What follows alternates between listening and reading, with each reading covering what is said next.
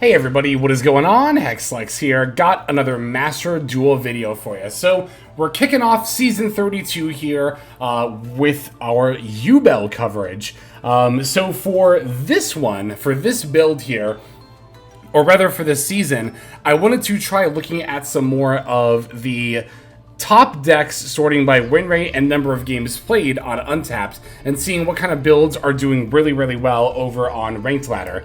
If you missed the tier list video from yesterday, and for those who just don't know in general, Untapped again is a sponsor of the channel, so if you are at all interested in checking them out, you can do so with the affiliate link below. Their companion is very nice for keeping track of your own personal in-game stats, as well as of what's left in your deck with the actual in-game client. And as I've been discussing, they can also be very helpful for importing and even finding those lists there. So clicking that link below and you getting the free client there, it does help support the channel. So much appreciation to those who are checking it out.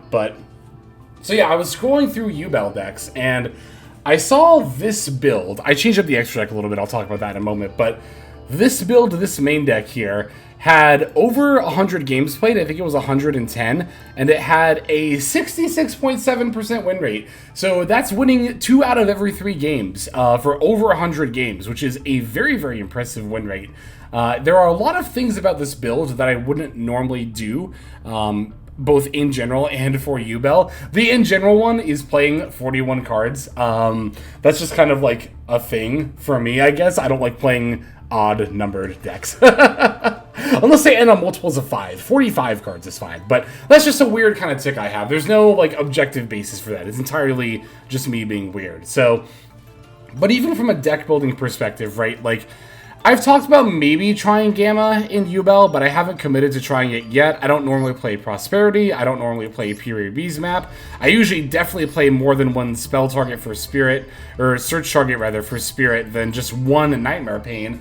And I don't usually play Chaos Summoning Beast either, but I really wanted to break out of my own comfort zone because I think that it's very valuable to not just try decks that you might not normally play, but also try builds of decks that you might not normally play. Again, I just listed a lot of reasons why this is not the kind of build I would probably ever come to, but I was like, you know what, I want to see the perspective of it. And I gotta say, this build performed very well for me. I didn't have my doubts that it did, but I just thought, again, like, on paper, this list to me feels a little bit weird, but playing it actually in games, it felt very good. So, definitely gotta give a huge shout out to whoever it was that initially played this build. I very much like this main deck. I think moving forward, I probably will play at least a second Nightmare Pain, if not also Eternal Promise.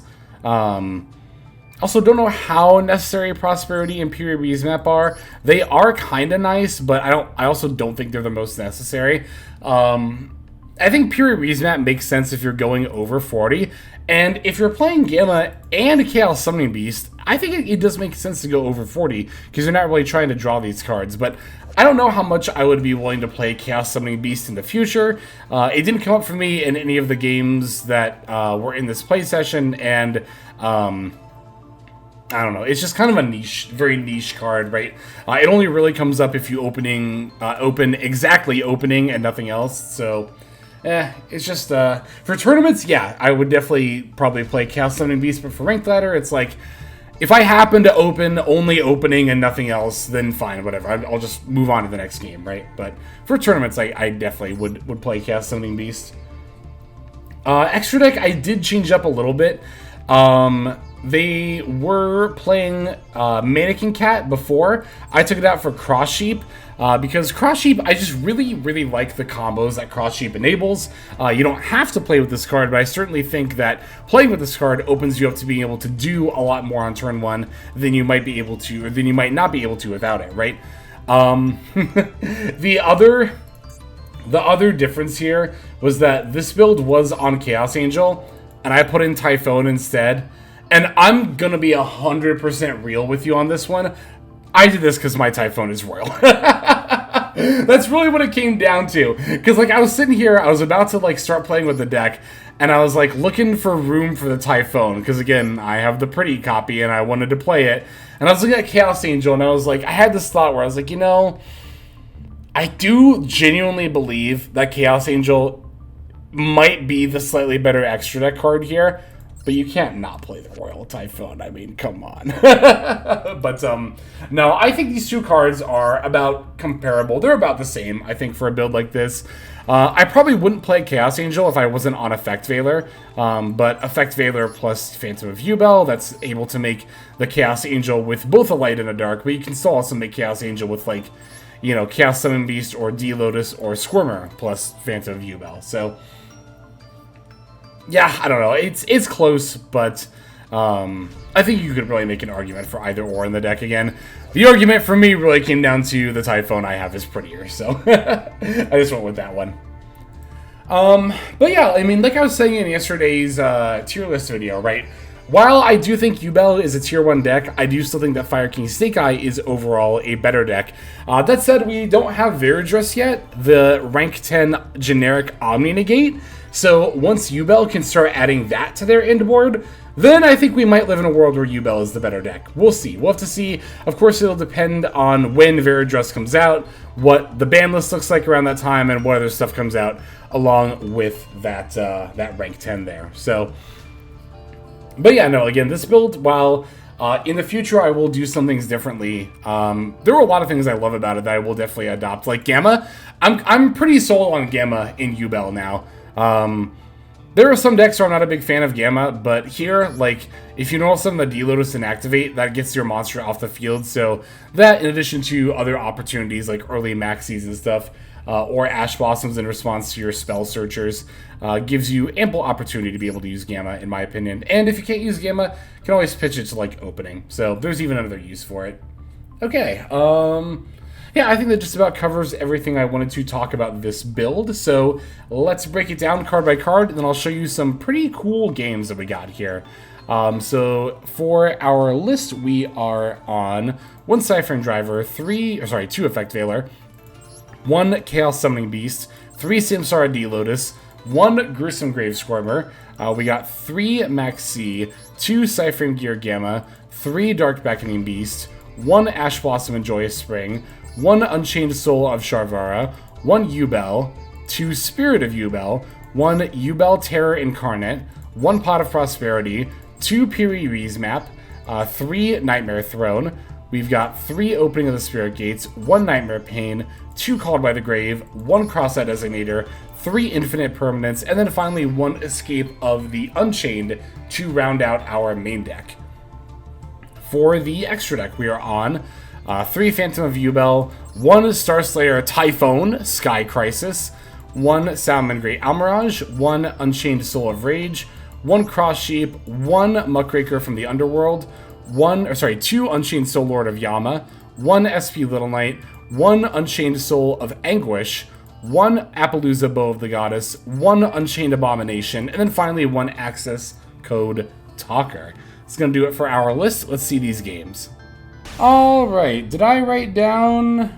Nope, I sure didn't. I sure did not write down what decks I played against. Even though this is the new season, these games were from the last season, they were from rating duels. So, not 100% sure what my opponent's on off the top of my head. But we're going first, and this turn 1 hand is pretty phenomenal. So, I'm going to lead with Opening of the Spirit Gates and use that to add Dark Beckoning Beast. But now from here, I have some decisions to make. One thing to note as well is that my opponent started getting past priority throughout my draw and standby phase, and also as I was activating opening. So it's pretty reasonably likely that they have some monster effect in their hand that can activate at any time as a quick effect, which is most likely to be, of course, Max C.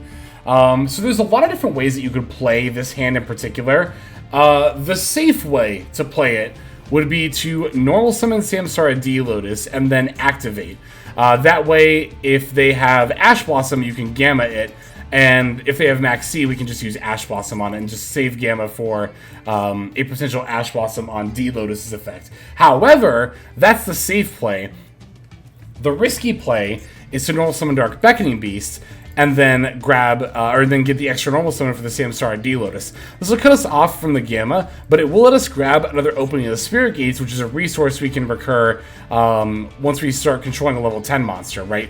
Thanks to this kind of quote-unquote hidden effect of opening. So, since I'm fairly reasonably likely my opponent is on max C, and hopefully not any other hand traps, I'm going to go for the risky play. I'm going to normal summon Beckoning Beast, add the opening of the Spirit Gates. Opponent is in fact going to use the max C, so I'm just going to Ash Blossom. If I didn't have Ash Blossom in hand, I definitely would have just gone for Samsara D-Lotus, and hope that they use the max C in response to D-Lotus's effect. Alright, extra normal summon for Samsara D-Lotus. Gonna special summon Spirit of Yubel F to set my 1 Nightmare Pain. Gonna activate Nightmare Pain and then use the effect to pop the Spirit of Yubel. Not on field, but in hand, actually. That way I can have another extra body here. Basically with this hand, I get to have 2 extra bodies because of the Dark Beckoning Beast, and again, being able to pop the Spirit of Yubel in hand. So I'll show you how we're able to translate those extra bodies into extra pieces for our end board. For now, we're doing a bunch of pretty typical stuff here. We're making the Cross Sheep, summoning the Phantom by putting back Yubel and Terra Incarnate. Cross Sheep actually going to bring back Apo here. And then, like I said before, I can use Opening, Pitch, Opening, and then because I control a level 10 monster, I can even add the Opening right back. But I summoned Apo off of Cross Sheep here because, I mean, I guess I could have summoned one of these, it wouldn't have mattered too much, but whatever I summon off Cross Sheep here is just going to get used to make Appaloosa right now. And one of my extra bodies, because I had so much in my opening hand, is going towards making this a 4-mat Apo rather than a 3-mat Apo. Alright, so now I can use Gruesome Graveswarmer, bring back D-Lotus, link it with the Beckoning Beast for Yama. Gonna activate Yama to add Sharvara. Sharvara can pop this Spirit that's still on board. I can then special summon the Yubel that got put back into my deck. Then, of course, going to link off the Yama with the Sharvara to go for the Unchained Soul of Rage. Sharvara F lets me set the Escape directly from the deck, getting to make another Phantom as well. And then during the end phase, because I control Yubel, I get to bring back Samsara D-Lotus, and then Yubel will just destroy itself. Now, you'll get asked to activate Yubel and D-Lotus at the same time, but remember that you have to control exactly Yubel in order to special summon Samsara D-Lotus. So, for that reason, you want to activate D-Lotus first, and then once that resolves, then you can resolve Yubel. So yeah, this is what the other extra body is going to end us on. So normally, your typical turn 1 end board, right, would be a 3-mat Apo, Rage, Phantom, and Escape of the Unchained. But here we translate our 2 extra bodies into a 4-mat instead of a 3-mat Apo, and then also ending with the Samsara D-Lotus on board, which is also another monster effect, basically negation, right? So, alright, passing over to our opponent's turn here. Looks like they're going to be on Tearlament. They're going to activate Scream and then use Shiren from hand. I'm going to use Phantom of Yubel first because the Samsara D-Lotus effect turns whatever is activated into destroy 1 Yubel monster on the field, right? So I don't want to use Samsara D-Lotus first, because then it'll just pop my Phantom of Yubel. I'm going to use Phantom of Yubel first, change the effect to pop a Yubel monster in my deck. That way I can pop Spirit. Spirit summons regular Yubel from the graveyard. And then now if I want to activate Samsara D-Lotus, now I can use that to pop Yubel and then summon Terra Incarnate from my deck. Opponent's next play is going to be to drop Per the Rhino. I'm going to use Escape of the Unchained on that, popping both Rage and the Per the Rhino. As it's still resolving, it means they won't get their search because it is a field spell, and field spells do not get to resolve if they're not on the field as they're resolving. Same with continuous and equip spells. So here I'm going to bring back the Unchained, or I'm going to add Spirit of Yubel back to my hand with Rage. Yama bringing back Rage, and I'll use Yama to pop Yubel here so I can summon out the Terra Incarnate from my deck. Looks like they're going to normal Shiren, the mill 3, they don't hit anything. Moving to battle phase, they're forced to battle into Terra Incarnate. Terra Incarnate reflects battle damage to them, and then Nightmare Pain also, this Nightmare Pain also reflects the damage. If you're wondering why they took 1800 twice, that's again because of, Terra Incarnate was targeted for an attack, and then Nightmare Pain, also made them take the battle damage. Technically, I misplayed by special summoning Spirit of Yubel. They could have redirected the attack to Spirit of Yubel, and then they would have only taken 1800 and not 36, but it doesn't really matter, because I'm just going to win. I'm just going to win on the next turn anyway. So, Yeah, gonna use opening, pitch opening, bring back spirit, and then I can use the opening effect to add opening again. Before I can do that, opponent's going to scream and then also flip up the Meta Noise. Meta Noise will flip down my Spirit of Yubel I just summoned. They milled a bunch of Rhino Hearts, but no tier limit card in hand. I was a little surprised too that they decided to send Tier Cash instead of a tier limit Fuser off of the Meta Noise. I thought for sure what was going to happen is they were going to Meta Noise send either, again, just a Fuser. Although maybe they were afraid of it getting negated, but I was kind of afraid of them sending a Fuser and then also milling another relevant effect. But neither of those things happened here, so... Yeah, I can still use the face down Phantom, or Spirit of Yubel, rather, to summon Phantom of Yubel, and then, yeah. Even though I could just run over the Shyren with that Appaloosa, we are just going to win by reflected battle damage here, battling our 3 Yubel monsters on the board, the Terra Incarnate, the Spirit, and the Phantom, all into the Shyren for lethal. Yeah, so that was a little bit more than just a typical turn 1 deck or turn 1 game for this deck. This was a very, very good turn 1 game for this deck. Definitely happens when you open a starter and multiple extenders. So good stuff. Gonna check out some other duels here. Let us see the next one. All right, let's see what we got here. Again, apologies, I failed to write down what these decks were. And I went back and watched the replays last night. I don't know why I didn't write them down, like what decks I was up against, but... So here we're going to go first again, but we have a decidedly less good going first hand. In fact, it's quite a not good going first hand. In fact, we're just going to have to set call by and then pass here, but at the very least, we do have a bunch of hand traps. Mannadium, that's right, we're up against Mannadium here. As they Rhoda for the Rim Heart, normal summon Rim Heart, and then add the Mannadium Imaginings. Now, I thought they were going to add Mannadium Meek here, which is why you might be wondering why I haven't used Gamma or Ash Blossom. So, when it comes to what hand traps I use and in what order, it's very dependent on the rest of my hand, right? Like, if I had gone second and, like, let's say instead of Driver, I had, like, Samsara D-Lotus, Maxi, Gamma, Ash Blossom, and Callby, then I would be a little more focused on using Gamma and Ash Blossom to stop plays, rather than trying to get Maxi to draw cards. However, here, I don't have engine, I don't have plays, so I'm going to prioritize Maxi and getting draws off of that as opposed to just outright negating my opponent's stuff. I will still do that later in the turn, but after I get some draws in with this. So, as they activate Imaginings and reveal Meek, I'm going to chain Maxi here. The reason I chained Maxi at this moment is because Mannadium Meek does not start a chain when it's special summoned. Also, they're about to draw cards off of Imagining, so I don't want them to draw something like Ash Blossom, which they just had in their hand anyway. That's not that big of a deal, though, because I can just use Gamma here. And definitely want to use Gamma. One, just to get some use out of it. Two, don't want to call by the Ash Blossom while I still have one in hand that I haven't used yet. So I get to summon out the Gamma and the Driver here. Opponent's going to put back, of course, a card. Here they use Bestial Lubellion. I could have called by that and or Ash Blossoms, and maybe I should have, but my thought process was if they want a special Magnum Hut, that's fine. I'll definitely take the draw here. But they ultimately did not end up doing that after battling over Gamma. I am going to find the Samsara D-Lotus, so that actually was the next draw, which is nice. Here they have the Maxi, and I'm going to use the Ash Blossom in response. Gonna hold the call by in case they had a negate for the Ash Blossom, or if they have like a Veiler later or something, or a Droll maybe, but... I'm gonna D-Lotus for the Spirit of Yubel. Spirit of Yubel, set Nightmare Pain, flip up Nightmare Pain, activate Nightmare Pain's effect to pop Spirit of Yubel, adding Gruesome Grave Squirmer. Now from here, Spirit of Yubel is going to summon out regular Yubel. Opponent's going to Magnum Hut the Spirit. That's a little annoying, but not the end of the world. Got a Gruesome Grave Squirmer here, special popping Yubel. Yubel's effect here will summon Terra Incarnate. Now I can link off the Squirmer and the Terra Incarnate to go for the Cross Sheep. Alright, shuffle those two back and go for Phantom of Yubel. Cross Sheep F is going to bring back the Gamma. Gruesome Grave Squirmer is going to bring back the D-Lotus. And from here, I'm actually going to make Yama. Because basically, my thought process at this point was like, okay, can I win this duel?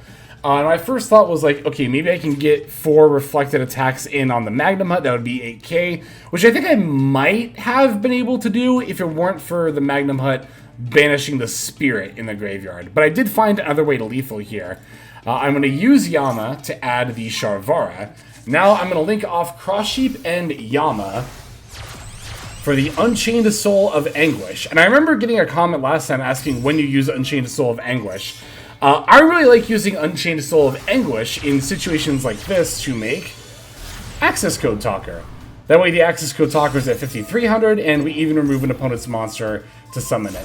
Now I can pop my face down Callby for Sharvara, use Access Code to pop the Rimheart, and now we can swing in for lethal. This was a little bit risky. There was a chance they could have had like Imperm or something, which if they'd Impermed the Access Code in battle phase, that would have not been an OTK, which definitely wouldn't have been ideal. But also I figured if they had Impermed, they probably would have just set it, and definitely would have used it if they had set it by now. So I thought it was pretty reasonably likely that once we cleared the board, we would be good to go for lethal, and sure enough, we were. So that's why I really like the Access Code in the deck in general. Like, you don't have to play it, but there are so many situations where, like, it comes down to, okay, can I OTK? If not, I can probably still win, but it's going to be a really grindy game, which is what this game was looking like until I found the Access Code OTK and just won this turn. So, also, Unchained Soul of Anguish, that Link 3, the red dog, it's not just the access code that I like to go into with it. You can also use it to go into Unchained A-Bomb as well, using one of your opponent's monsters as a material. Unchained Soul of Anguish, I think, is quite good. I think it's a very nice addition for the deck here. We do have one more game to watch. Let's take a look at that before we end off the video. Okay, this one I actually remember. This is a mirror match, and I actually think I remember what happens in this mirror match too. So let's see what we've got here. Okay, our opponent's going first this time. We opened a very, very good going second hand, and much like the last hand, but we actually lost the coin flip this time. Yep, sure enough, ends up being the mirror match. So here, I end up waiting, right? I end up waiting and use the Veiler, not even on the D-Lotus, but on the Spirit of Yubel. A few reasons I chose to do this, because you might be wondering, like, well, Lex, you have Gamma in your hand right there. Why did you, like, wait to use Veiler? And why didn't you even, like, Veiler the D-Lotus? You did it on the Spirit. Well, I didn't want to get in a situation, because this happened to me before, where, like, you Veiler the D-Lotus on summon, your opponent links it off for Almirage, then they activate Opening the Spirit Gates, discard a card to bring back the Lotus, and then use the effect and then go off. So, by waiting, the advantage that you gain here is that, you get to not only get them to use up the D-Lotus effect, but also now they've activated the once per turn search effect of Spirit of Yubel. Maybe I should have used Imperm, because that was kind of part of my thought process here as well, is that I wanted to use Veiler and Imperm before I used up Gamma, because Veiler can only be used on the opponent's turn, and Imperm I can't use once I've got Gamma and Driver on my field. So, if you're wondering why I Veilered Spirit there instead of doing anything else, that was my thought process. I think it's fine. I think it's still, like, it's debatable whether it's, like, right or not. And it might not even be, there might not even be a 100% right answer with a hand like this. There's just so many different ways you can go through it, right?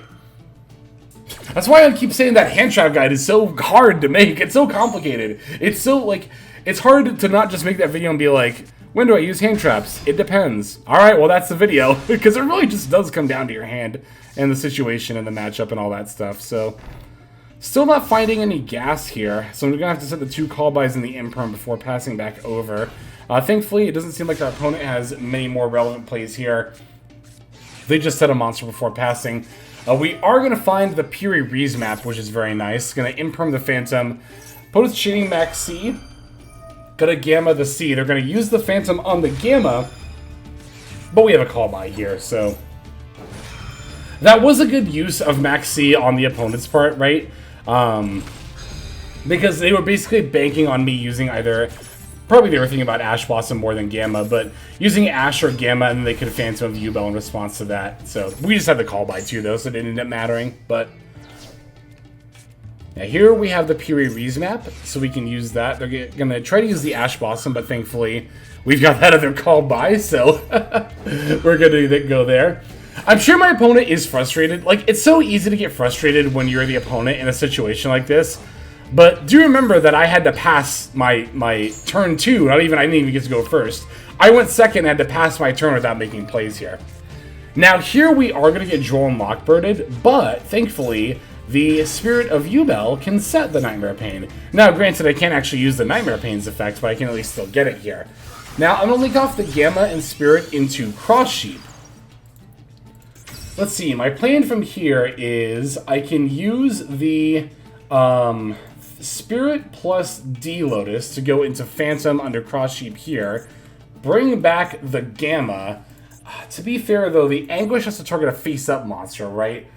So, I can't really go for a super clean access code OTK with Gamma and Driver still on the field, because I can't go into the Anguish and then also link away with the opponent's face-down monster. I was trying to figure this out in-game as well, if I could actually OTK on this turn. I don't think I could, even with access code. I think it would require me... Yeah, I don't think I could, even with access code. I paused it here because the opponent's just going to concede anyway. But if we can't OTK in a situation like that, then I think the next best thing to do would be to probably establish like the Yama, Sharvara. Actually, what if I had done that? Because I did have the face down Nightmare Pain. So what if I had... Oh, but Yama needs Fiend monsters. That's right. And I wouldn't have multiple Fiend monsters. So I couldn't even make Yama. That's actually pretty interesting. So I wouldn't have been able to make Anguish either, because Anguish needs you to use an Unchained monster. Yeah, that's actually a little bit awkward, like very slightly awkward in terms of trying to build up to an OTK there. But even if we couldn't, I think we could still pretty easily take control of the game. Like, if nothing else, we could make Little Knight and just banish the face-down monster and then whatever the opponent does on their turn, right? And still have, of course, more things to do than just that. So, but yeah, I mean, either way, the opponent ended up conceding. So, good stuff. All right, that's going to do it for this video. Thanks so much for watching. Let's go ahead and just move now to our outro. Hey everybody, Hexlex here. Just want to give you a huge thanks for watching all the way to the very end of the video. Believe it or not, that is actually one of the best ways that you can support the channel, is by watching the videos in their entirety. But there are many ways in which you can support the channel if you are so interested. The names that you're seeing on screen here, I gotta give an extra special thanks to, because these are people who have chosen to either become a member on YouTube, which if you're interested you can do as well via the join button next to the subscribe button down there, or have signed up over on Patreon and become members there. Link to that is going to be in the description below.